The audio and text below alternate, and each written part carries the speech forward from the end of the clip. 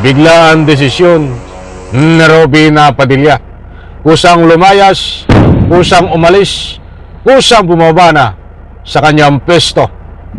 Alright, welcome back to my YouTube channel. I'm Andy's Vlog. Hindi na nakatiis itong si Robin Padilla. Kusang bumaba, kusang umalis sa pwesto. Nako ho, ay ito na nga ho, ay ka nga po'y kalaban ang kanyang konsensya. Kahit ipagtulakan ito noon, na ika nga po'y kabi-kabila ang inaabot, na ika nga po'y palayasin diyan ho sa kanyang pwesto. But sa puntong ito, ay bibigyan ko po kayo ng latest update tungkol dito kay Robin Padilla. Kusang lumayas, kusang bumaba, kusang umalis sa kanyang pwesto, biglaan, mga mahal, kung taga-subaybay. Isang like muna sa video na ito kung nagustuhan nyo po. Sabay-sabay po natin i-like ang video na ito. Sa lahat ng hindi pa nakasubscribe dito sa aking maliit pa na YouTube channel, please subscribe. Maraming salamat po. Ito, ibabahagi ko po sa inyo. Ipapakita ko sa screen. Iyan po ang larawan ni Robin Padilla. Nakabigote din. At syempre, buhat ito sa News 5. Mga mahal kong taga-subaybay. Nandyan po. At pinakita ko rin diyan sa screen. Ano po ang sinasaad? Ito, Senador Robin Padilla, nag-leave na muna. Aba, ay talagang hindi nakatiis. Dahil usapang leave. Senador Robin Padilla, nag-leave na muna. Ibig sabihin, ay akusa siya na umalis at alisanin itong kanyang pwesto, mga mahal kung taga-subaybay. At saan ka naman pupunta, Robin Padilla? Akala ko ba ang sabi mo ay walang iwanan? Ano ang dahilan bakit bumaba ka sa pwesto? Siyempre, ang sabi mo nga dito ay meron kang pag-amin na hindi mo kayang gampanan ang iyong trabaho. Bakit kamo hindi mo kayang gampanan? Saka natin ibigay po, diretso po natin. Senador Robin Padilla, nag-leave na muna bilang PDP laban President. Ayun pala, mga mahal kong taga-subaybay. Ang pag-leave po ni Robin Padilla ay bilang ika nga po presidente ng PDP. Alam nyo ho ba ang meaning ng PDP? Alam nyo ito. But doon sa bago pa lang na ating mga mahal na taga-subaybay, ay gusto ko pong ipaalam sa inyo kung ano ang meaning nitong PDP. Ito ho, at bibigasin ko. PDP, ibig sabihin po ay padapa ang meaning. PDP, padapa. Ay talagang dapan-dapa na, mga mahal kong taga-subaybay, ha?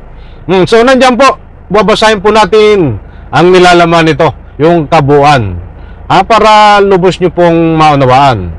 Nag-leave na muna itong si Senador Robin Padilla bilang presidente ng Partido Demokratiko Pilipino Lakas ng Bayan, PDP. Muli kong inuulit, ang ibig sabihin ng PDP ay padapa upang matutukan. Ano ang tututukan ni Robin Padilla? Abay talagang mahiling manotok ito Ano ang nilalaman nitong ika nga po upang matutukan ang kanyang trabaho? So para daw matutukan ang kanyang trabaho, ay saan naman ito nagtatrabaho?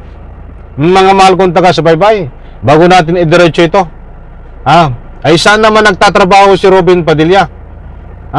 At para daw matutukan ang kanyang trabaho, pwede po kayong mag-comment diyan po sa comment section para ipahatid nyo po. At ang tanong ko ay saan ho nagtatrabaho itong si Robin Padilla? Dahil maliwanag po dito, ang sabi nga niya, kaya siya aalis sa pwesto bilang presidente ng padapa, PDP, upang matutukan ang kanyang trabaho. Kaya nga sabi ko nga, ano ang trabaho ni Robin Padilla? Bilang mambabatas sa 20 Congress. ay mambabatas pala ito. Mga mahal kong taga-subaybay.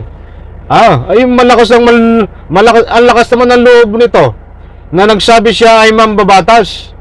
Ano ang mga ginagawa mo bilang mambabatas diyan sa Senado, Robin Padilla? Ay ang nakikita ng taong bayan, hindi lang ako, Robin Padilla, bilang ikaw ay turingan na mambabatas diyan sa Senado, ay hindi ka ba kinikilabutan sa iyong sinasabi? Dahil pangita naman sa iyong galawan ang iyong layunin bilang senador, ay ang pinaglilingkuran mo ay itong si Sara Duterte at si Digong Duterte. Hindi ko inaalis sa iyo. Hindi ko inaalis sa iyo at karapatan mo kung kanino ka kumampi. Maging kay Duterte, kahit kanino, kampihan mo. Wala akong pakialam doon. But ang problema sa iyo, Robin Padilla, ay one-sided ka eh. Maliwanag dito ng pinagsisilbihan mo ay si Sara Duterte at si Digong. Instead, sa halip, ang pagsilbihan mo ay Republika ng Pilipinas at taong bayan dahil pinapasildo ka ng taong bayan sa pamamagitan ng buwis, tax na iniipon upang ipasildo sa iyo. Nako, ay dapat doon ka na lang sumildo kay Digong. Dapat doon ka na lang sumildo kay Sara Duterte dahil yun ang pinagsisilbihan mo. At dapat, instead na bumaba ka sa pisto bilang PDP President, dapat tuluyang kang bumaba sana. Kung may konsensya ka pa at kung naaawa ka sa Republika ng Pilipinas, dapat ang binaba mo ng tuluyan ay diyan sa Senado. Useless yung PDP na yung pagbaba mo. Manggugulo ka na naman. Ginagawa mong palingke ang Senado. Binababa mo ang antas, integridad ng Senado na ikaw ay nagsisiga-sigaan diyan sa pamamagitan ng iyong komisyon. Nagtatapan-tapangan naghahamon ka pa nga ng suntukan dyan, naninigaw ka pa ng iyong kapwa senador. Ba't ang sigaw mo ay hindi kapakipakinabang, kabastusan? Di baling manigaw ka diyan sa Senado, part ng debate na kapakipakinabang ang daig, ay hindi, kabastusan ang iyong pinapakita na naninigaw ka ng kapwa senador. Ay nako, hahaba tayo dyan. Tapusin po natin mga kaibigan. Pansamantalang halili sa kanya si Davao City Vice Mayor PDP Padapa, Executive Vice President Sebastian Baste. Nandiyan po sa screen, mga mahal kung taga-subaybay. So, gusto ko lang pong liwanagin, disclaimer lang po, bumabaho sa pisto na kusa itong si Robin Padilla bilang presidente ng PDP Padapa upang tutukan daw ang kanyang pagtatrabaho bilang senador. Nako, nambubudol, hindi na makabudol, hindi po ito bumaba bilang isang senador na hinalal ng taong bayan. At yan po ang abangan natin, ang pagbaba ni Senador Robin Padilla. Ang lahat tumayangganan, baka sakali bumaba ito sa pisto bilang senador. Siyempre, abangan po natin ang latest update muli dito, mga mahal kong taga-subaybay. Isang like ko sa video na ito kung nagustuhan mo po. At maraming salamat po. Bye-bye. Palapakan.